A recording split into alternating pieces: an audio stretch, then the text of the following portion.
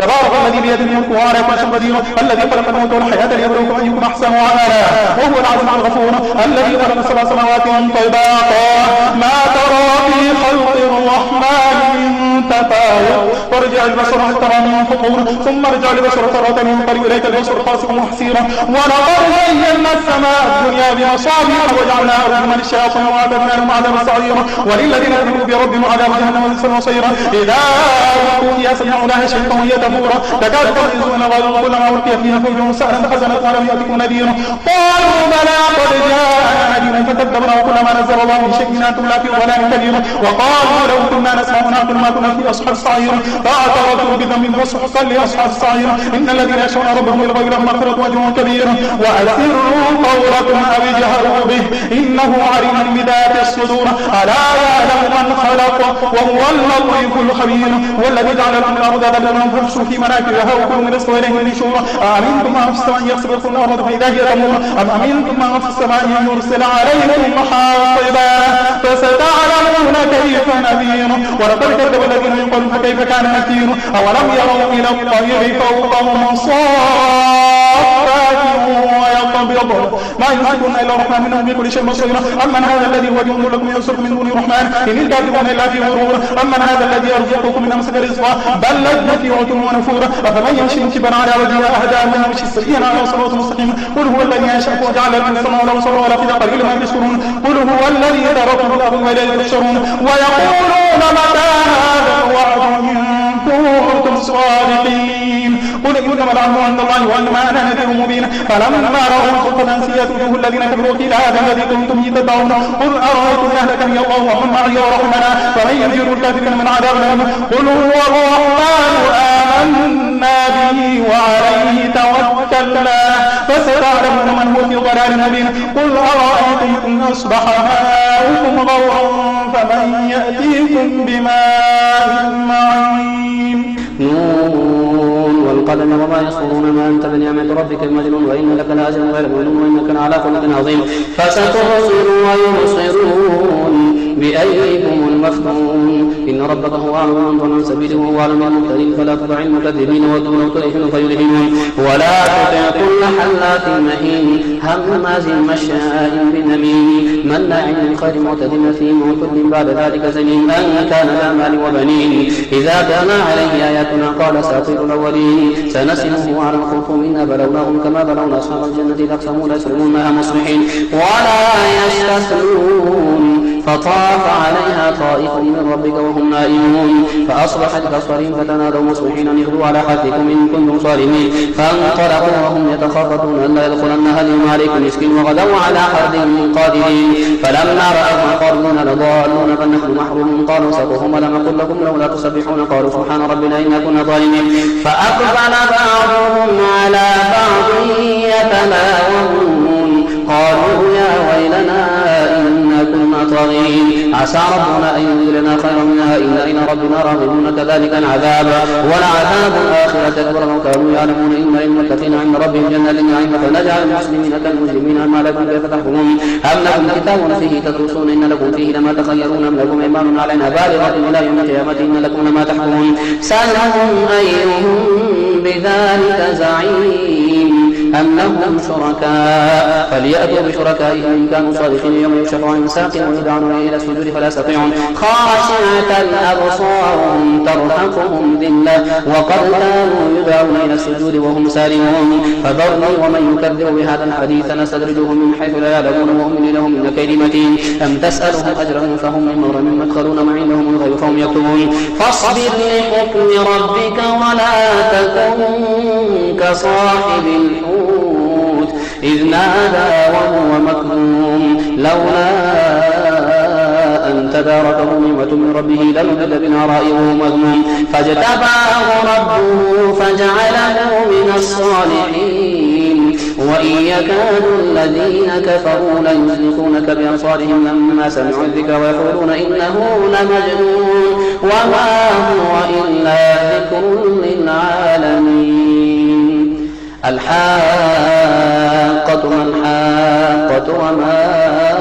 أدراك ما الحاقة كذبت ثمود وعاد بالقارعة فأما ثمود فأهلكوا بطاغية وأما عاد فأهلكوا بريح صرصر عاتية سخرها عليهم 7 ليال و8 أيام حسوما فترى القوم فيها صرعى كأنهم أعجاز نخل خاوية فهل ترى لهم من باقية وجاء فرعون ومن قبله والمؤتفكات من خاطئة فعصوا رسول ربهم فأخذهم أخذة رابية إن لما طغى الماء حملناكم في الجارية لنجعلها لكم تذكرة وتعيها أذن واعية فإذا نفخ في الصور نفخة واحدة وحملت الأرض والجبال فدكتا دكة واحدة فيومئذ وقعت الواقعة وانشقت السماء فهي يومئذ واهية والملك على أرجائها ويحمل عرش ربك فوقهم يومئذ 8 يومئذ تعرضون لا تخفى منكم خافية فأما من أوتي كتابه بيمينه فيقول هاؤم اقرءوا كتابيه إني ظننت أني ملاق حسابيه فهو في عيشة راضية في جنة عالية قطوفها دانية كلوا واشربوا هنيئا بما أسلفتم في الأيام الخالية وأما من أوتي كتابه بشماله فيقول يا ليتني لم أوت كتابيه ولم أدر ما حسابيه يا ليتها كانت القاضية ما أغنى عني ماليه هلك عني سلطانيه خذوه فغلوه ثم الجحيم صلوه ثم في سلسلة ذرعها 70 ذراعا فاسلكوه إنه كان لا يؤمن بالله العظيم ولا يحض على طعام المسكين فليس له اليوم هاهنا حميم ولا طعام إلا من غسلين لا يأكله إلا الخاطئون فلا أقسم بما تبصرون وما لا تبصرون إنه لقول رسول كريم وما هو بقول شاعر قليلا ما تؤمنون ولا بقول كاهن قليلا ما تذكرون تنزيل من رب العالمين ولا تقول علينا بعض الأقاويل لأخذنا منه باليمين ثم لقطعنا منه الوتين فما منكم من أحد عنه حاجزين وإنه لتذكرة للمتقين وإنا لنعلم أن منكم مكذبين وإنه لحسرة على الكافرين وإنه لحق اليقين فسبح باسم ربك العظيم سأل سائل بعذاب واقع للكافرين ليس له دافع من الله ذي المعارج تعرض الملائكة والروح إليه في يوم كان مقداره 50,000 سنة فاصبر صبرا جميلا إنهم يرونه بعيدا ونراه قريبا يوم تكون السماء كالمهل وتكون الجبال كالعهن ولا يسأل حميم حميما يبصرونهم يود المجرم لو يفتدي من عذاب يومئذ ببنيه وصاحبته وأخيه وفصيلته التي تؤميه ومن في الأرض جميعا ثم ينجيه كلا إنها لظى نزاعة للشوى ومن أدبر وتولى وجمع فأوعى إن الإنسان خلق هلوعا إذا مسه الشر جزوعا وإذا مسه الخير منوعا إن المصلين الذين هم على صلاتهم دائمون والذين في أموالهم حق معلوم للسائل والمحروم والذين يصدقون بيوم الدين والذين هم من عذاب ربهم مشفقون إن عذاب ربهم غير مأمون والذين هم لفروجهم حافظون إلا على أزواجهم أو ما ملكت أيمانهم فإنهم غير ملومين فمن ابتغى وراء ذلك فأولئك هم العادون والذين هم لأماناتهم وعهدهم راعون والذين هم بشهاداتهم قائمون والذين هم على صلاتهم يحافظون أولئك في جنات مكرمون فما للذين كفروا قبلك مهطعين عن اليمين وعن الشمال عزين أيطمع كل امرئ منهم أن يدخل جنة نعيم كلا إنا خلقناهم مما يعلمون فلا أقسم برب المشارق والمغارب إنا لقادرون على أن نبدل خيرا منهم وما نحن بمسبوقين فذرهم يخوضوا ويلعبوا حتى يلاقوا يومهم الذي يوعدون يوم يخرجون من الأجداث سراعا كأنهم إلى نصب يوفضون خاشعة أبصارهم ترهقهم ذلة ذلك اليوم الذي كانوا يوعدون إنا أرسلنا نوحا إلى قومه أن أنذر قومك من قبل أن يأتيهم عذاب أليم قال يا قوم إني لكم نذير مبين أن اعبدوا الله واتقوه وأطيعون يغفر لكم من ذنوبكم ويؤخركم إلى أجل مسمى إن أجل الله إذا جاء لا يؤخر لو كنتم تعلمون قال رب إني دعوت قومي ليلا ونهارا فلم يزدهم دعائي إلا فرارا وإني كلما دعوتهم لتغفر لهم جعلوا أصابعهم في آذانهم واستغشوا ثيابهم وأصروا واستكبروا استكبارا ثم إني دعوتهم جهارا ثم إني أعلنت لهم وأسررت لهم إسرارا فقلت استغفروا ربكم إنه كان غفارا يرسل السماء عليكم مدرارا ويمددكم بأموال وبنين ويجعل لكم جنات ويجعل لكم أنهارا ما لكم لا ترجون لله وقارا وقد خلقكم أطوارا ألم تروا كيف خلق الله 7 سماوات طباقا وجعل القمر فيهن نورا وجعل الشمس سراجا والله أنبتكم من الأرض نباتا ثم يعيدكم فيها ويخرجكم إخراجا والله جعل لكم الأرض بساطا لتسلكوا منها سبلا فجاجا قال نوح رب إنهم عصوني واتبعوا من لم يزده ماله وولده إلا خسارا ومكروا مكرا كبارا وقالوا لا تذرن آلهتكم ولا تذرن ودا ولا سواعا ولا يغوث ويعوق ونسرا وقد أضلوا كثيرا ولا تزد الظالمين إلا ضلالا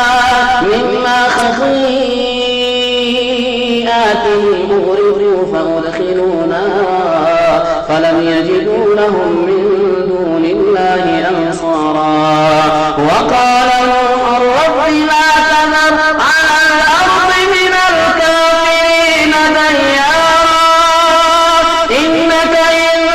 تذرهم يضلوا عبادك ولا يلدوا إلا فاجرا كفارا رب اغفر لي ولوالدي ولمن دخل بيتي مؤمنا وللمؤمنين والمؤمنات ولا تزد الظالمين إلا تبارا قل أوحي إلي أنه استمع نفر من الجن فقالوا إنا سمعنا قرآنا عجبا يهدي إلى الرشد فآمنا به ولن نشرك بربنا أحدا وأنه تعالى جد ربنا ما اتخذ صاحبة ولا ولدا وأنه كان يقول سفيهنا على الله شططا وأنا ظننا أن تكون الإنس والجن على الله كذبا وأنه كان رجال من الإنس يعوذون برجال من الجن فزادوهم رهقا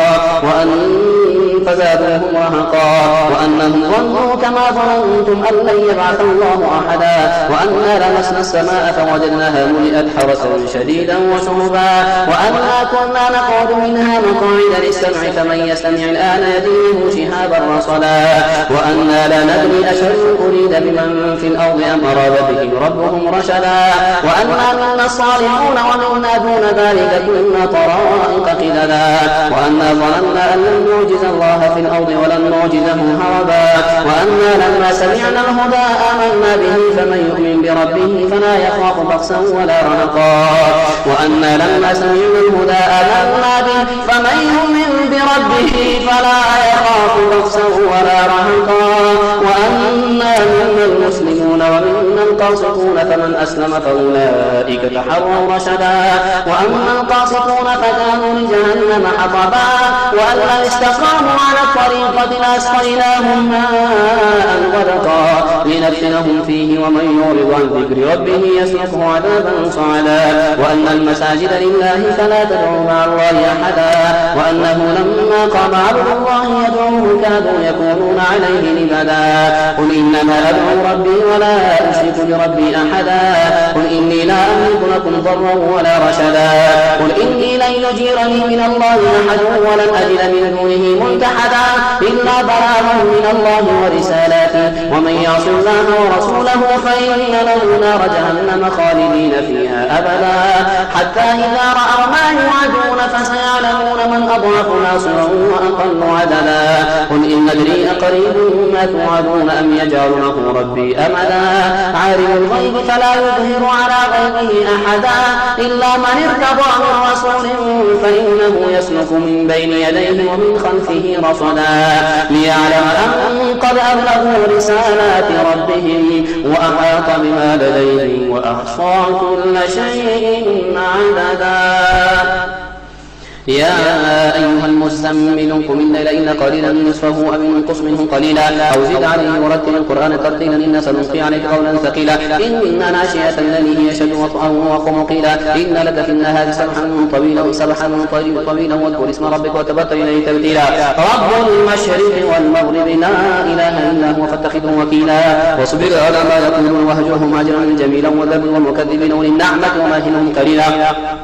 إن لدينا أنكالا وجحيما وطعاما ذا غصة وعذابا أليما يوم ترجف الأرض والجبال وكانت الجبال كثيبا مهيلا إنا أرسلنا إليكم رسولا شاهدا عليكم كما أرسلنا إلى فرعون رسولا فعصى فرعون الرسول فأخذناه أخذا وبيلا فكيف تتقون إن كفرتم يوما يجعل الولدان شيبا السماء منفطر به كان وعده مفعولا إن هذه تذكرة فمن شاء اتخذ إلى ربه سبيلا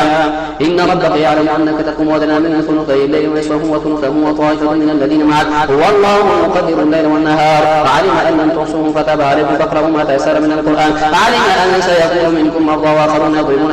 في الأرض يبتغون من فضل الله وآخرون يقاتلون في سبيل الله فاقرؤوا ما تيسر منه وأقيموا الصلاة وآتوا الزكاة وأقرضوا الله قرضا حسنا وما تقدموا لأنفسكم من خير تجدوه عند الله وهو خيرا وأعظم أجرا واستغفروا الله إن الله غفور رحيم يا أيها المدثر قم فأنذر ربك فكبر وثيابك فطهر والرجز فاهجر ولا تمنن تستكثر ولربك فاصبر فإذا ذكر في الناقور فذلك يومئذ يوم عسير على الكافرين غير يسير ذرني ومن خلقت وحيدا وجعلت له مالا ممدودا وبنين شهودا ومهدت له تمهيدا ثم يطمع أن أزيد كلا إنه كان لآية عنيدا سأرهقه صعودا إنه فكر وقدر فقتل كيف قدر ثم قتل كيف قدر ثم نظر ثم عبس وبصر ثم أدبر واستكبر فقال إن هذا إلا سحر يؤثر إن هذا إلا قول البشر سأصليه سقر وما أدراك ما سقر لا تلقي ولا تذر لواحة للبشر عليها 19 وما جعلنا أصحاب النار إلا ملائكة وما جعلنا عدتهم إلا فتنة من الذين كفروا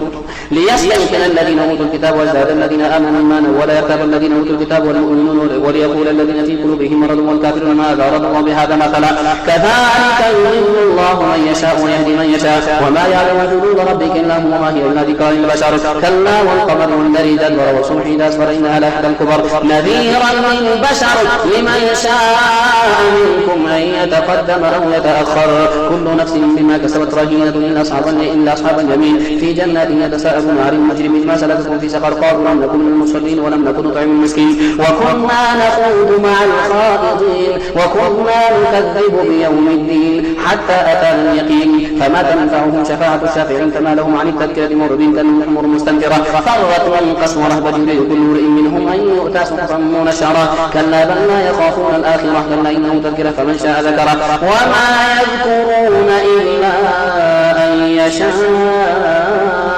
الله هو أهل التقوى وأهل المغفرة لا أقسم بيوم القيامة ولا أقسم بالنفس اللوامة أيحسب الإنسان أن لن نجمع عظامه بلى قادرين على أن نسوي بنانه بل يريد الإنسان يفجر أمامه يسأل أيان يوم القيامة فإذا برق البصر وخسف القمر وجمع الشمس والقمر يقول الإنسان يومئذ أين المفر كلا لا وزر إلى ربك يومئذ المستقر ينبأ الإنسان يومئذ بما قدم وأخر بل الإنسان على نفسه بصيرة ولو ألقى معاذيره لا تحرك به لسانك لتعجل به إن علينا جمعه وقرآنه فإذا قرأناه فاتبع قرآنه ثم إن علينا بيانه كلا بل تحبون العاجلة وتذرون الآخرة وجوه يومئذ ناظرة إلى ربها ناظرة ووجوه يومئذ باسرة تظن أن يفعل بها فاقرة كلا إذا بلغت التراقي وقيل من راق وظن أنه الفراق والتفت الساق بالساق إلى ربك يومئذ المساق فلا صدق ولا صلى ولكن كذب وتولى ثم ذهب إلى أهله يتمطى أولى لك فأولى ثم أولى لك فأولى يحسب الإنسان أن يترك سدى أيحسب الإنسان أن يترك سدى ألم يكن نطفة من مني يمنى ثم كان علقة فخلق فسوى فجعل منه الزوجين الذكر والأنثى أليس ذلك بقادر على أن يحيي الموتى هل أتى على الإنسان حين من الدهر لم يكن شيئا مذكورا إنا خلقنا الإنسان من نطفة أمشاج نبتليه فجعلناه سميعا بصيرا إنا هديناه السبيل إما شاكرا وإما كفورا إنا أعتدنا للكافرين سلاسل وأغلالا وسعيرا إن الأبرار يشربون من كأس كان مزاجها كافورا عينا يشرب بها عباد الله يفجرونها تفجيرا يوفون بالنذر ويخافون يوما كان شره مستطيرا ويطعمون الطعام على حبه مسكينا ويتيما واسيرا إنما نطعمكم لوجه الله لا نريد منكم جزاء ولا شكورا إنا نخاف من ربنا يوما عبوسا قمطريرا فوقاهم الله شر ذلك اليوم ولقاهم نظرة وسرورا وجزاهم بما صبروا جنة وحريرا متكئين فيها على الآرائك لا يرون فيها شمسا ولا زمهريرا ودانية عليهم ظلالها وذللت قطوفها تذليلا ويطاف عليهم بآنية من فضة وأكواب كانت قوارير من فضة قدروها تخيرا ويسقون فيها كأسا كان مزاجها زنجبيلا عينا فيها تسمى سلسبيلا ويطوف عليهم رجال مخلدون إذا رأيتهم حسبتهم لؤلؤا منثورا وإذا رأيت ثم رأيت نعيما وملكا كبيرا عاليهم ثياب سندس خضر واستبرق وحلوا أساور من فضة وسقاهم ربهم شرابا طهورا إن هذا كان لكم جزاء وكان سعيكم مشكورا إنا نحن نزلنا عليك القرآن تنزيلا فاصبر لحكم ربك ولا تطع منهم آثما أو كفورا واذكر اسم ربك بكرة وأصيلا ومن الليل فاسجد له وسبحه ليلا طويلا إن هؤلاء يحبون العاجلة ويذرون وراءهم يوما ثقيلا نحن خلقناهم وشددنا أسرهم وإذا شئنا بدلنا أمثالهم تبديلا إن هذه تذكرة فمن شاء اتخذ إلى ربه سبيلا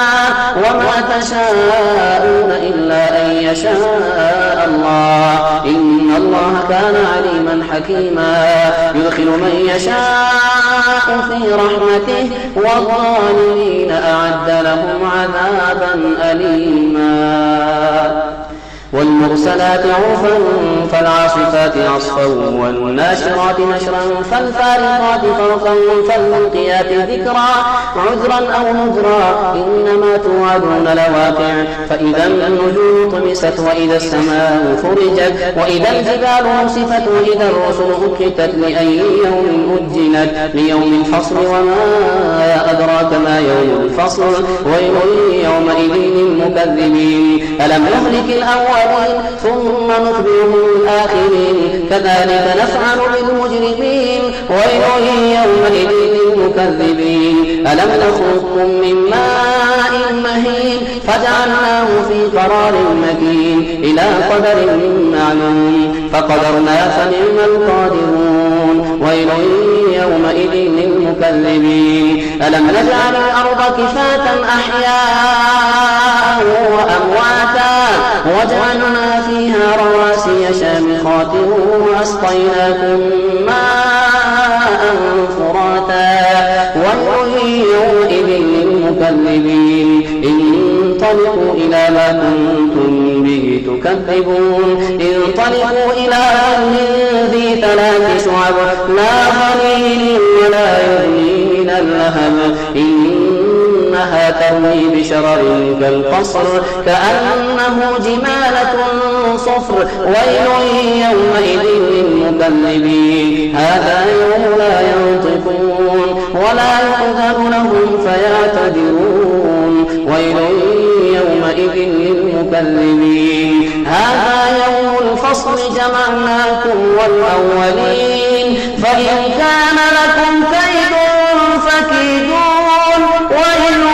يومئذ للمكذبين إن المتقين في ظلال وعيون وفواكه مما يشتهون كلوا واشربوا هنيئا بما كنتم تعملون إنا كذلك نجزي المحسنين ويل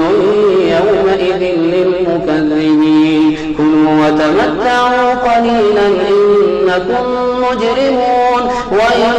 يومئذ للمكذبين وإذا قيل لهم اركعوا لا يركعون ويل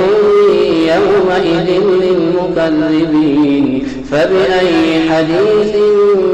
بعده يؤمنون